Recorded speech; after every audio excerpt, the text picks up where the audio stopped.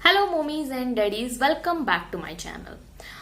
मेरा बेबी बहुत ज़्यादा उल्टियाँ कर रहा है। वो दही जैसा कुछ निकाल रहा है या फिर वो बहुत ही गाढ़ा दूध निकाल रहा है, पनीर जैसा कुछ निकाल रहा है। मैं क्या करूं?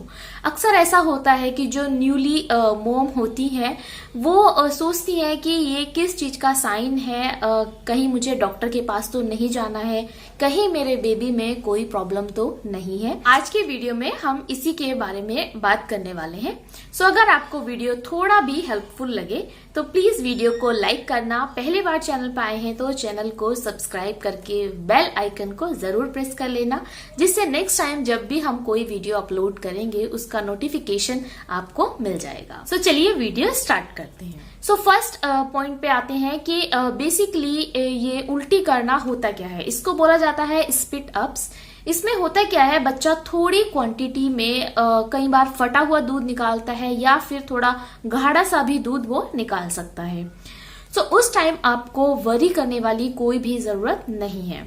बट अगर आपका बच्चा जितना आपने उसको मिल्क दिया है उतना पूरा मिल्क ही वो निकाल रहा है, सो उस टाइम आपको अपने डॉक्टर से कंसल्ट करना चाहिए। अब नेक्स्ट पॉइंट आता है कि ये बच्चे को कब हो सकता है। सो ये बच्चे को कभी भी हो सकता है कि अगर आपने बच्चे को दूध पिलाया है और आपने बच्चे को प्रॉपर एक डकार भी दिलाई है, सो उस टाइम भी आपका बच्चा दूध निकाल सकता है। और कई बार ये इमीडिएटली हो जाता है या फिर कई बार ये दिन में किसी भी टाइम हो सकता है। इसका ऐसे कोई सर्टेन टाइम अमाउंट नहीं है। सो इसमें भी आपको कोई भी टेंशन लेने की बात नहीं है कि ये होता क्यों है।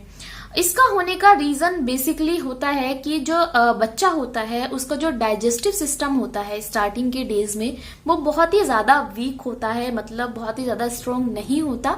सो उस टाइम पे बच्चा मिल्क को कई बार सही से डाइजेस्ट नहीं कर पाता है या फिर कई बार बच्चा मिल्क पीने के बाद कुछ ऐसी एक्टिविटी कर देता है जिसकी वजह से भी ये प्रॉब्लम बच्चे को हो जाती है। नेक्स्ट आता है कि ये प्रॉब्लम बच्चे को कब होनी बंद हो जाती है।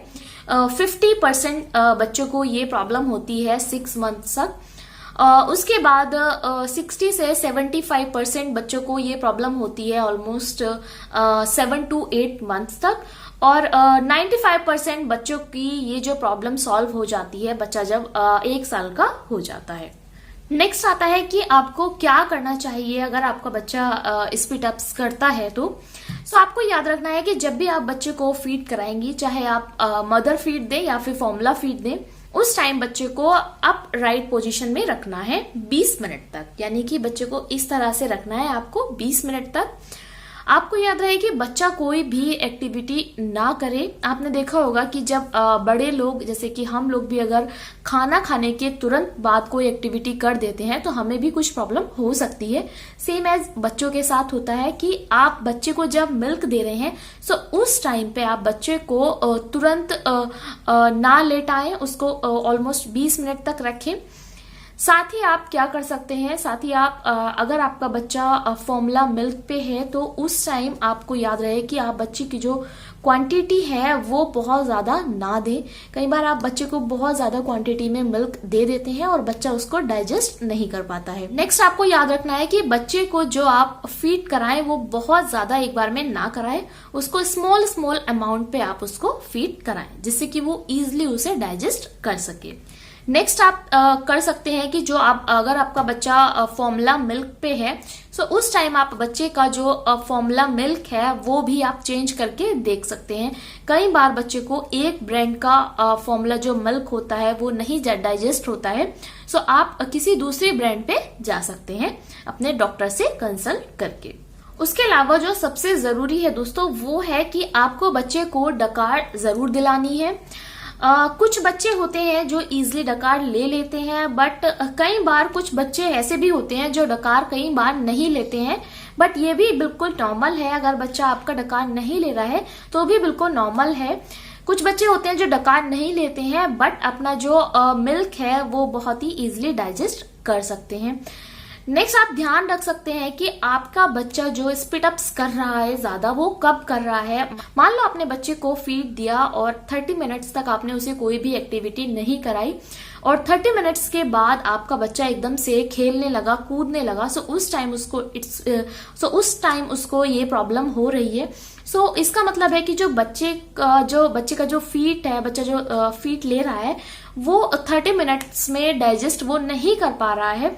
सो उस टाइम आपको बच्चे को थोड़ा टाइम और बढ़ा दें और उसके बाद उसको कोई भी एक्टिविटी करने दें। सो इस तरह से आप खुद ही बच्चे को मॉनिटर कर सकती हैं। तो आपको खुद ही थोड़ा सा आइडिया लग जाएगा कि आपका बच्चा जो स्पीड अप्स कर रहा है वो किस टाइम पे कर रहा है। बात करते हैं कि आपको डॉक्टर से कब कंसल्ट करना चाहिए, क्या उसके साइन हो सकते हैं। सो पहला जो साइन है दोस्तों वो है कि अगर आपके बच्चे का वेट बढ़ना बंद हो गया है, सो उस टाइम पे आपको डॉक्टर से कंसल्ट करना चाहिए।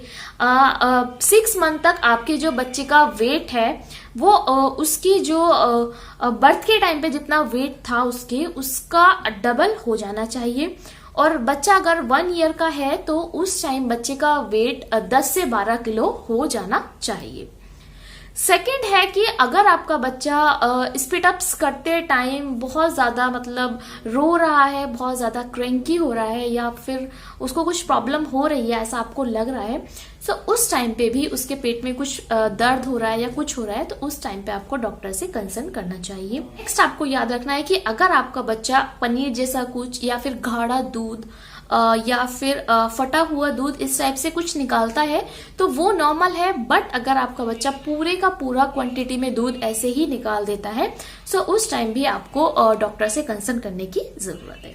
दोस्तों ये तो था मेरा एक्सपीरियंस। अगर मैं अपनी बात करूं तो मेरी बेटी भी जब 3 to 4 मंथ्स की थी सो उस टाइम पे वो भी काफी टाइम स्पीड अप्स करती थी, बट अब वो 6 मंथ्स की हो गई है सो इस टाइम वो नहीं करती है। सो ये बेसिकली ऑलमोस्ट सारे बच्चों के साथ होता ही है, बट ऐसे साइंस जो आपको मैंने बताए हैं ऐसा अगर आपका बच्चा कर रहा है तो ये एक प्रॉब्लम वाली बात हो सकती है। सो आई होप दोस्तों आपको वीडियो पसंद आया होगा। अगर आपको वीडियो थोड़ा भी इंफॉर्मेटिव लगे तो आपको करना है वीडियो को लाइक और मेरे चैनल को करना है सब्सक्राइब ऐसी और भी इंफॉर्मेटिव वीडियोस देखने के लिए, और बेल आइकन को जरूर प्रेस कर लें जिससे आपको मेरी आने वाली वीडियो की नोटिफिकेशन मिले सबसे पहले। Thank you guys. Thanks for watching.